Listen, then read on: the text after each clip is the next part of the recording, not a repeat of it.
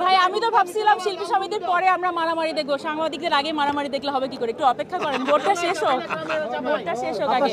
Well না, এবার প্রত্যাশা অবশ্যই যে কোনো মারামারি যেন না হয়, কোনো বিশৃঙ্খলা যেন না হয়, সুষ্ঠুভাবে ভোটটা দিতে তো যেন পারি। এবং তার থেকেও বড় কথা, এফডিসি চলচ্চিত্রের সবচেয়ে বড় অঙ্গন, এটা যেন দেশবাসীর কাছে খুব সুন্দরভাবে যায়, মানুষ যেন হাসাহাসি না করে, এরকম কিছু যেন না হয়।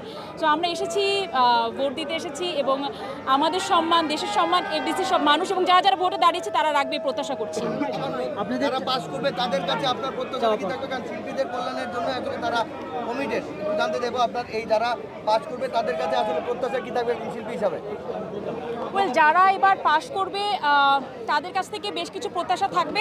আমি যদি এর আগের দুইটা প্যানেলের কথা বলি, নিপুণাপুর কথা বলি, জায়েদ খানের কথা বলি, আমার দেখা ছোট ছোট কাজ কিন্তু তারা সবাই কিন্তু করেছে, দুই পক্ষই করেছে। হ্যাঁ, সো কাউকে ছোট করার কোনো অবকাশ নাই, কিন্তু তার পাশাপাশি তাদের মানটা যেন ভালো থাকে, এফডিসির মানটা যেন ভালো থাকে, মানুষ যেন এফডিসিতে আসতে পারে, যে আগ্রহটা মানুষের সবসময় ছিল, হাসাহাসির জন্য না, মানুষদেরকে মানে সেলিব্রিটিদের দেখতে যেন আসতে পারে, ওইটা যেন থাকে, মানুষ যেন হাসাহাসি না করে, এই সম্মানটা যেন থাকে। এবং তার পাশাপাশি আমি বলবো যারা যারা শিল্পী আছে, প্রত্যেকটা শিল্পী যেন কাজ পায়, যারা যারা শুধুমাত্র চলচ্চিত্রের উপরেই নির্ভর আছে, প্রত্যেকে যেন কাজ পায়, ওরকম একটা ব্যবস্থা করতে, এবং শুধুমাত্র কারো আন্ডারে যেন এফডিসি চলে না যায়, এটা যেন একটু লক্ষ্য রাখে।